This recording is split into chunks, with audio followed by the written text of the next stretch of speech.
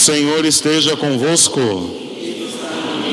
Proclamação do Evangelho de Jesus Cristo segundo Lucas. Naquele tempo, o anjo Gabriel foi enviado por Deus a uma cidade da Galileia chamada Nazaré, a uma virgem prometida em casamento a um homem chamado José. Ele era descendente de Davi e o nome da virgem era Maria. O anjo entrou onde ela estava e disse: Alegra-te, cheia de graça, o Senhor está contigo. Maria ficou perturbada com essas palavras e começou a pensar qual seria o significado da saudação. O anjo então disse-lhe: Não tenhas medo, Maria, porque encontraste graça diante de Deus. Eis que conceberás e darás à luz um filho, a quem porás o nome de Jesus. Ele será grande e será chamado Filho do Altíssimo, e o Senhor Deus lhe dará o trono de seu pai Davi. Ele reinará para sempre sobre os descendentes de Jacó, e o seu reino não terá fim. Maria perguntou ao anjo: Como acontecerá isso, se eu não conheço homem algum? O anjo respondeu: O Espírito virá sobre ti, e o poder do Altíssimo te cobrirá com a sua sombra. Por isso, o menino que vai nascer será chamado Santo, Filho de Deus. Também Isabel, tua parenta, concebeu um filho na velhice. Este já é o 6º mês daquela que era considerada estéril, porque para Deus nada é impossível. Maria então disse: Eis aqui a serva do Senhor, faça-se em mim segundo a tua palavra. E o anjo retirou-se. Palavra da salvação.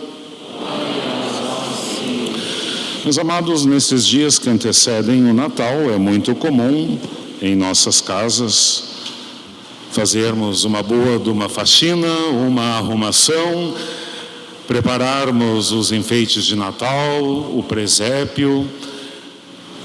É uma festa que costuma evocar tanto alegria quanto um pouco de melancolia para algumas pessoas, mas enfim, é uma data em que saímos do comum do dia a dia, sobretudo na questão dos preparativos para a vinda do Senhor.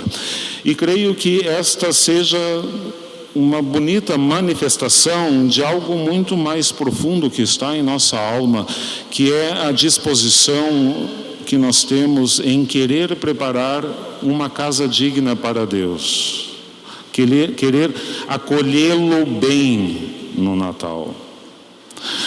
E esse não é um privilégio nosso, o mesmo se deu com a bem-aventurada Virgem, como ouvimos no Evangelho, e com Davi, como ouvimos na primeira leitura. Ainda que com algumas questões, com algumas características diferentes. Davi, que tinha saído do vilarejo, um vilarejo mesmo, uma terra onde hoje se diria onde Judas perdeu as botas. Belém era uma cidade, era um vilarejo muito pequeno à época de Davi.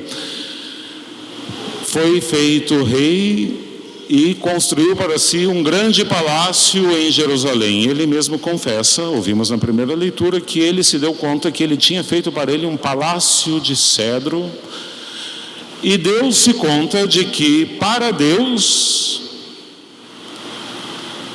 continuava à disposição apenas uma tenda. Então, ele teve uma bonita inspiração de querer edificar um templo digno de Deus, para colocar a Arca da Aliança. Ele vai consultar o profeta Natã, e Natã, vejam o detalhe, Natã, sem perguntar para Deus, disse para Davi: faz o que manda o teu coração. Naquela mesma noite, Deus chamou Natã e disse: filhinho, vem cá, vamos conversar um pouco.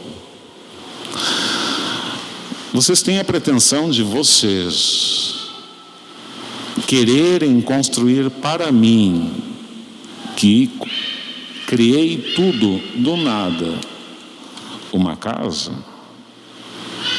É muita pretensão de vocês. Vai lá e diz para Davi que quem vai construir uma casa para ele sou eu, e não o contrário. Enigmática esta profecia. Enigmática, e permaneceu assim durante muitos séculos, porque essa profecia só se cumpriu na cena do evangelho que acabamos de escutar. Quando Deus finalmente resolveu fazer morada entre nós, outrora prefigurado na Arca da Aliança, que continha dentro de si as tábuas da lei, o cajado de Moisés e um pequeno pote com o maná do deserto. Agora, Maria, Arca da Nova Aliança, que traz dentro de si aquele que virá a ser o templo definitivo de Deus. Se outrora Davi tinha saído de Belém para edificar um templo para Deus em Jerusalém, agora de forma plena, em Belém, nasce aquele que em Jerusalém, pela sua paixão, morte e ressurreição, tornar-se-á o templo definitivo de Deus, uma vez que nosso Senhor tinha dito, está lá no Evangelho de João: destruí este templo e em 3 dias eu o reedificarei. E anota São João Evangelista, ele estava se referindo ao templo do seu corpo. Então é muito bonita as disposições de Deus. Deus, por certo, não se opõe que façamos para Ele templos aqui na terra, mas estes templos só serão agradáveis a Deus se forem um reflexo de um outro templo no qual Ele quer habitar, aqui, no nosso coração. Só então os outros templos materiais terão alguma beleza que agrade de fato a Deus. Porque se não for assim, por mais belos que sejam, não agradarão a Deus, agradarão somente aos olhos do homem. Lembremos daquela cena tão triste, Jesus no alto do Monte das Oliveiras, os discípulos dizendo: olha como o templo é lindo, aquelas pedras votivas, quanta beleza, quanta riqueza, quanta magnificência. E Jesus pergunta: vós vos admirais com estas coisas? Virão dias em que não sobrará pedra sobre pedra. Se o templo externo não for reflexo do templo da nossa alma, não tem sentido para Deus, não é agradável a Deus, porque só alimenta a soberba humana. Por isso, meus amados, nestas vésperas de Natal, o Evangelho nos convida a voltarmos os olhos para a Mãe. Nela, o Senhor encontrou morada digna, e o que tornava essa morada digna era a humildade e a obediência. Que a Mãe nos dê um coração semelhante ao seu, para que, ao vir edificar uma casa, uma descendência entre nós, encontre Ele no nosso coração morada tão carinhosa, devota, humilde e obediente, quanto encontrou no coração da Virgem Mãe.